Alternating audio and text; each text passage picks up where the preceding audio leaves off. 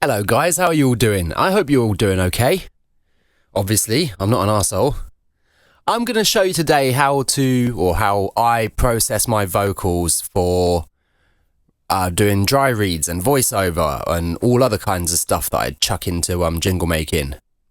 So I'm going to read a piece and then I'm going to go through it piece by piece and which plugins I add to get the sounds that I'm using.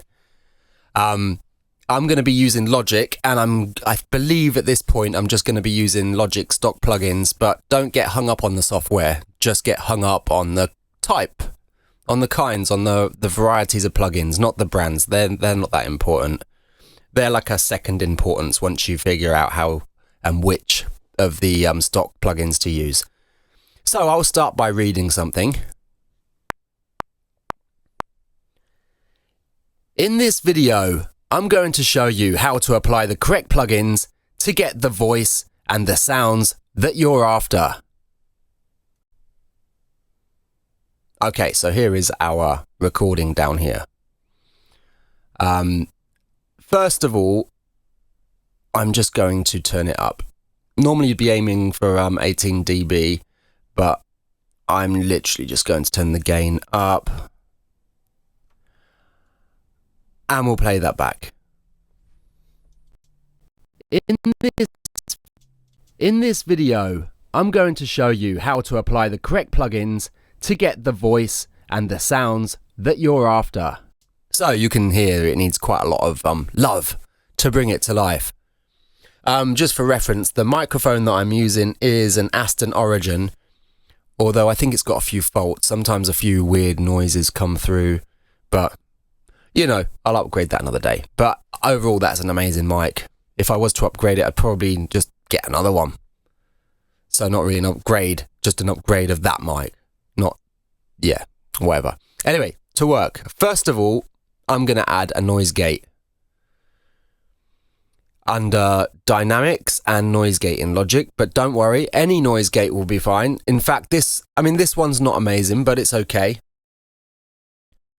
And that is just to filter out all the background noise. So let's have a listen here. So with it turned off, you can hear a breath, you can hear a little bit of background noise. So we need to turn it on and then we need to tune it accordingly so that the background noise is cut out, but the noise we want is not cut out. Sometimes I really struggle with this. And then other times you need to just go in and delete the parts of noise yourself because you just can't get the hang of it. So we'll start with the threshold. So you can hear it just clicking because we need to dial it up a little bit. And now it's all gone. But when you get to the voice, you might hear that it's cutting the voice. So let's have a listen. In this video, I'm going to show you how to apply the correct plugins to get the voice and the sounds that you're after. So that's absolutely fine like that. You can play with the attack and release and hold times.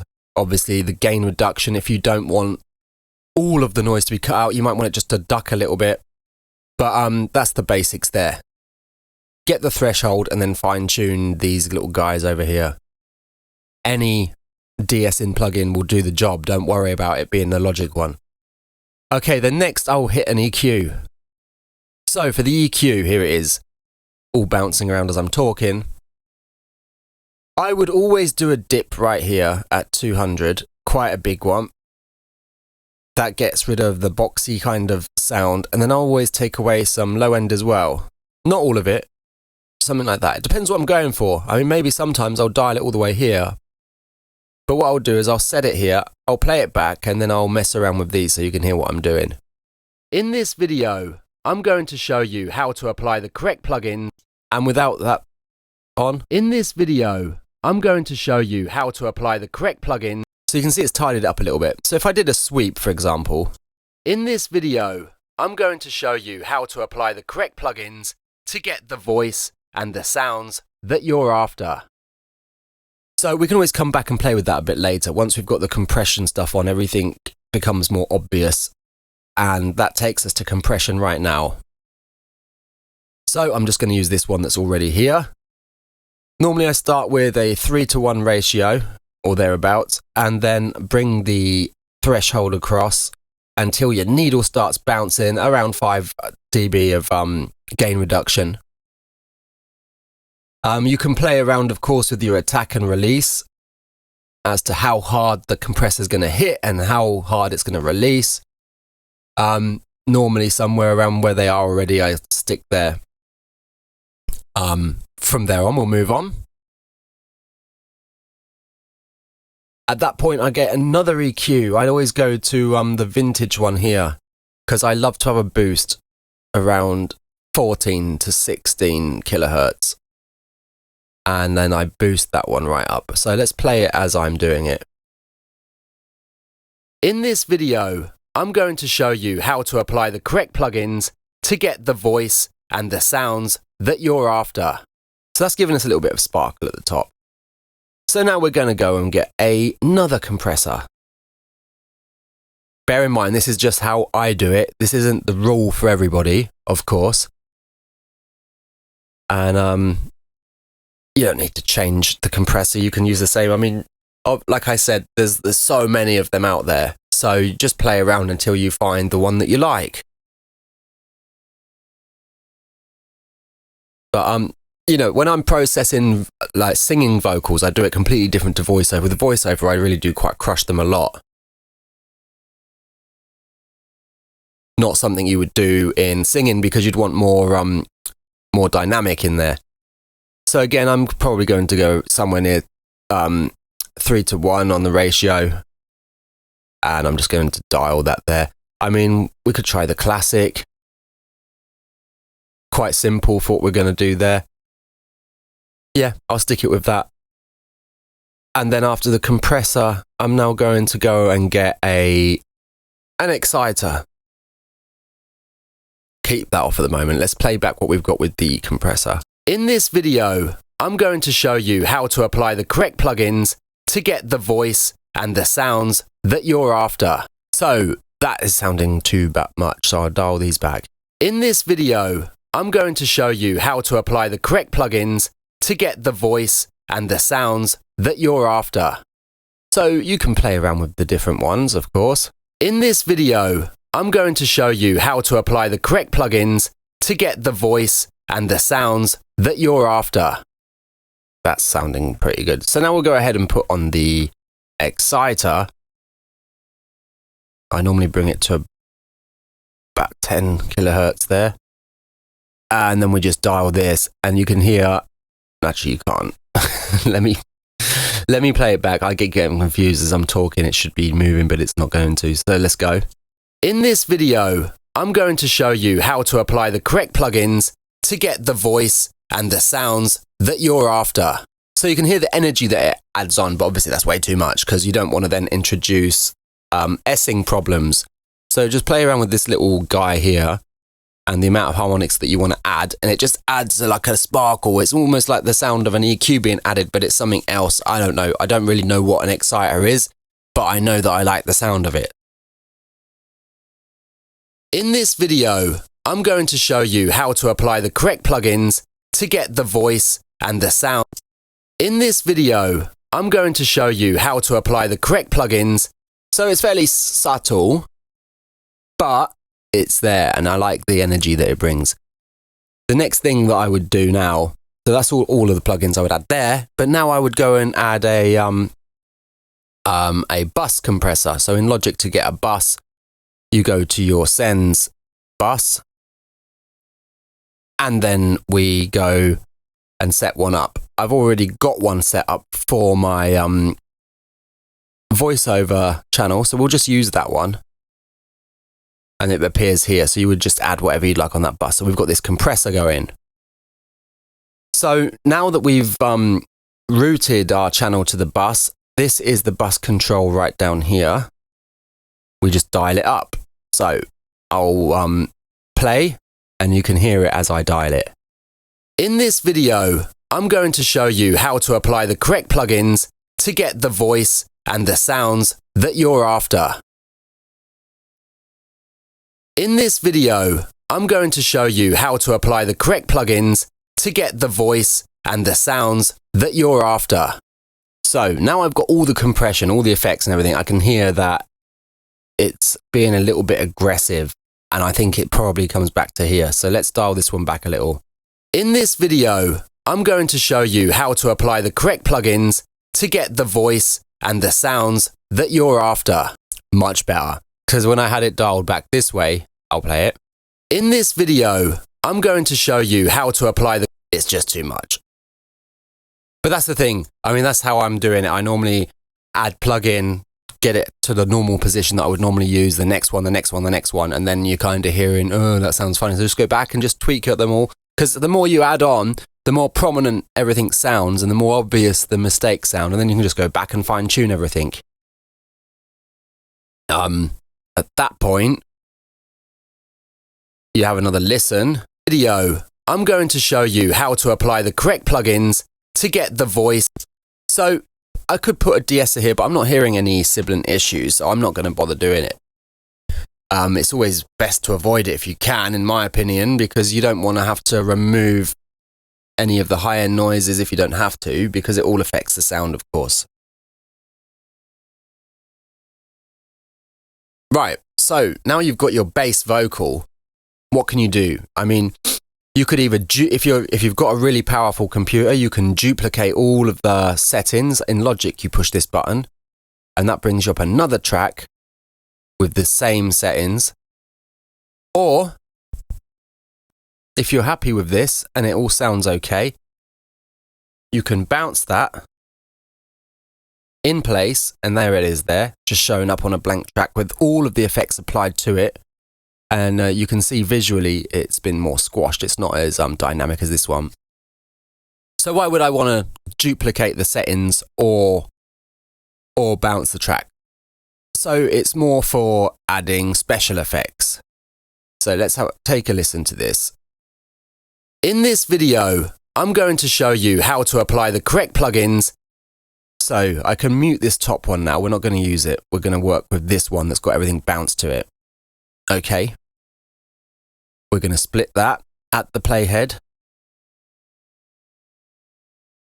We're going to get another track, and we're going to drop that one down there, and that one stays there. We have another listen. In this video, I'm going to show you how to apply the correct plugins to get the voice and the sounds that you're after. So on the second one, we can come and get another EQ. Let's take away the low end, and it would sound a little like this.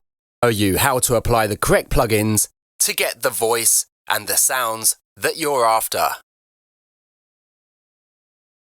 So, what else could we do? Bring that up. You could add some automation. So let's try, we'll go to right. Okay, try this. Apply the correct plugins to get the voice and the sounds that you're after. So when you play it back, to get the voice and the sounds that you're after. Maybe not totally what you're after, but that is a thing that you can do, of course. To get the voice and the sounds that you're after. We could maybe bring this down also. To get the voice and the sounds that you're after. Then we could put more compression to push it. Let's just try this simple one. To get the voice and the sounds that you're after. Okay, and then we could grab some distortion of some sort. Let's try the overdrive. To get the voice and the sounds that you're after. And then we could also get like some kind of weird filter. Let's try the auto filter. To get the voice and the sound. Not quite. What presets do we have? To get the voice and the sounds that you're after. Let's turn the rate back. To get the voice and the sounds that you're after.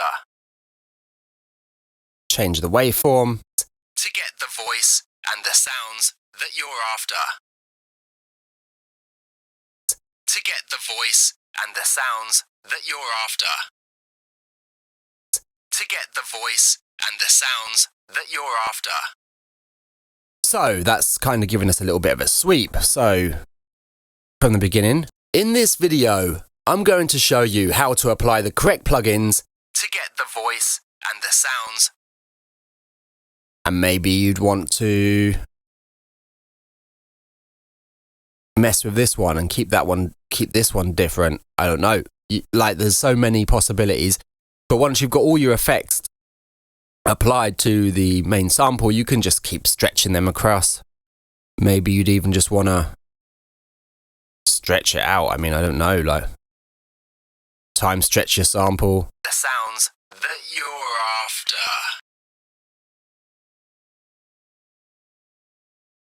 In this video, I'm going to show you how to apply the correct plugins to get the voice and the sounds that you're after. I mean, maybe you would turn some of these off. That you're after.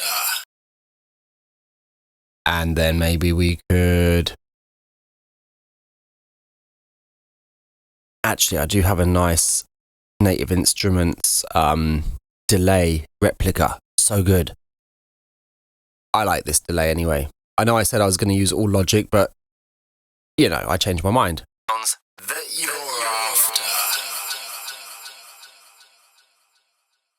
after. Maybe you don't want it to go throughout, so what you could do is bring up your automation. You would go to main, and you want to insert a bypass for replica, says it right there. Right, let's figure out where we want to do it. There, that sounds good. So here's our line, bring it up like this, and then we bring that one down. I do it like that because I don't know. That's how Logic likes me to do it. So that line represents the plugin coming on and off. So, and the sounds that you're after. So yeah, there's a quick insight, so I'll just skip it back. Those are just a couple of little tricks that I use. In this video, I'm going to show you how to apply the correct plugins to get the voice and the sounds that you're after.